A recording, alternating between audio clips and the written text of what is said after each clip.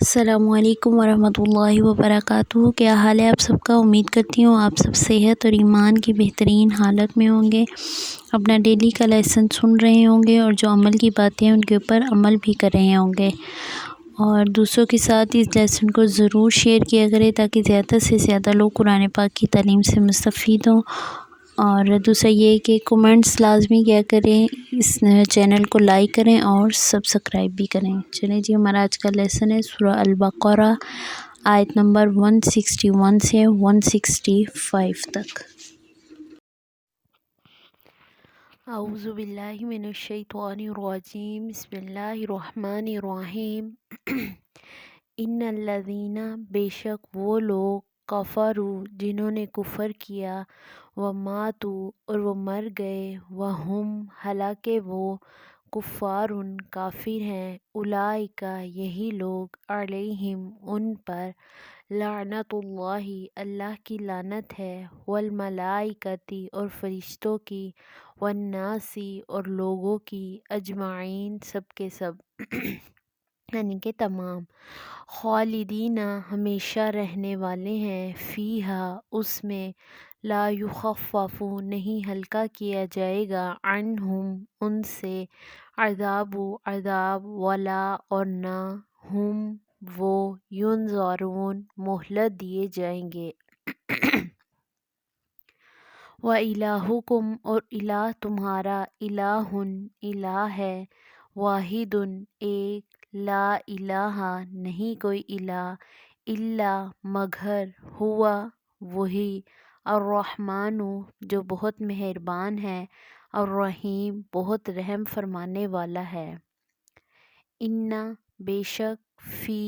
میں، خلقی، پیدائش، السماواتی، آسمانوں کی، والارض، اور زمین کی، واختلافی، اور اختلاف، اللیلی، رات کا، والنہاری، اور دن کا، والفلکی، اور کشتیاں، اللاتی، وہ جو، تجری، چلتی ہیں، فی البحر، سمندر میں، بما، ساتھ اس کے جو، ینفع، فائدہ دیتا ہے، الناس، لوگوں کو، وما، اور جو، انزل، نازل کیا اللہ نے، اللہ نے، من السماء، آسمان سے، من ماء، پانی میں سے، فاحیا، پھر زندہ کیا، بہ، ساتھ اس کے، الارض، زمین کو، بعد موتہا، اس کی موت کے بعد، وبث، اور پھیلا دیے، فیہا، اس میں، من کل دابہ، ہر قسم کے جاندار، وتصریفی، اور گردش، ریاحی، ہوا کی، وصحابی، اور بادل، والمسخری، مسخر کیے گئے، بین السماء، درمیان آسمان کے،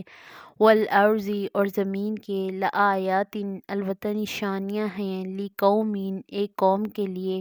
یعقلون، جو عقل رکھتی ہو۔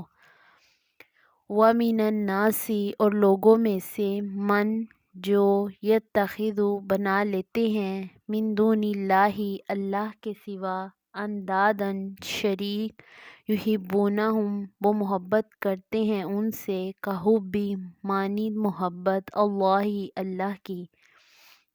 والذین، اور وہ لوگ، آمنوا، جو ایمان لائے، اشد، زیادہ شدید ہیں، حباً، محبت میں، للہ، اللہ کے لیے، ولو، اور کاش، یری، دیکھیں، الذین، وہ لوگ، ظلموا، جنہوں نے ظلم کیا،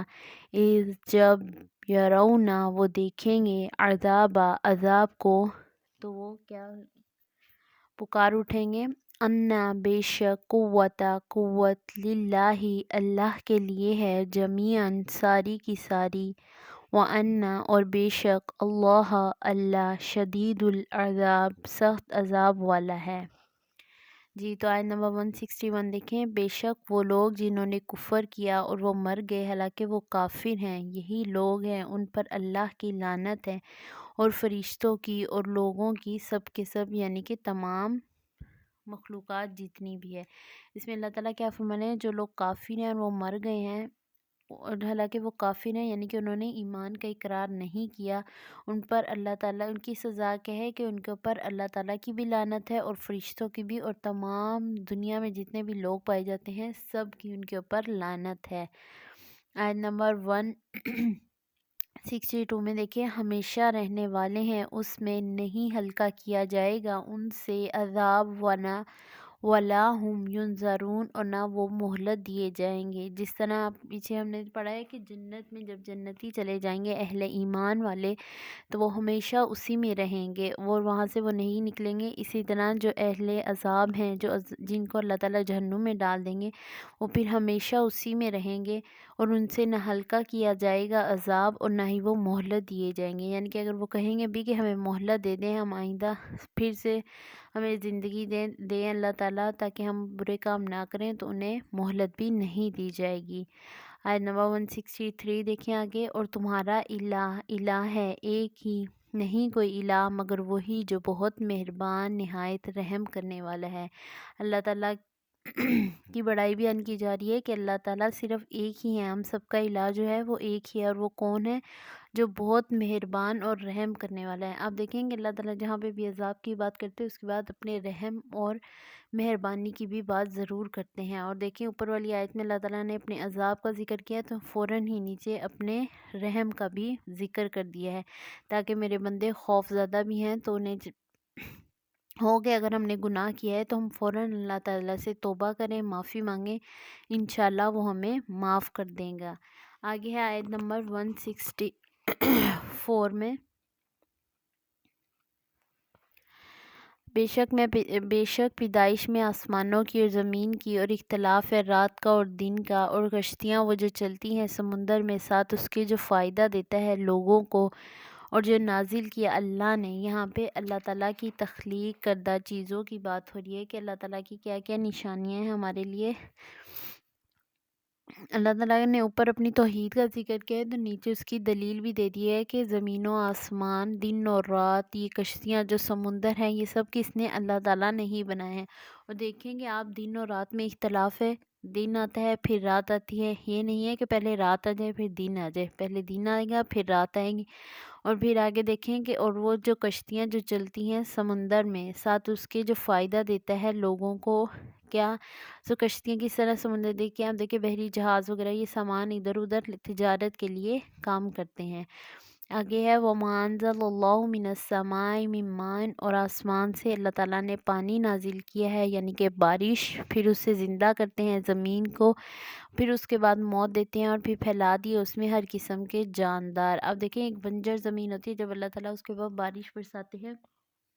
تو وہ ایک سرسبز لہلاتی میدان بن جاتا ہے، تو وہ ایک مردہ قسم کی ایک چیز ہوتی ہے جسے اللہ تعالیٰ پھر سے زندہ کر دیتے ہیں۔ اسی طرح اللہ تعالیٰ بیان کریں ہیں کہ میں آپ لوگوں کو بھی مرنے کے بعد زندہ تو ہونا ہے، جس طرح میں ایک زمین کو زندہ کر دیتا ہوں، بے جان زمین کو اس میں ہر سرسبز و شاداب کر دیتا ہوں، اسی طرح تم لوگوں کو بھی موت کے بعد دوبارہ زندگی دوں گا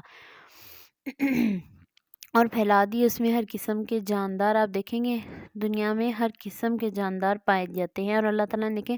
اور اگر کائنات کی خوبصورتی ہے تو انہی چیزوں سے ہے، یہ جو مختلف چیزیں اللہ تعالیٰ نے ہم بنا دی ہیں اسی سے انسان لطف اندوز ہوتا ہے۔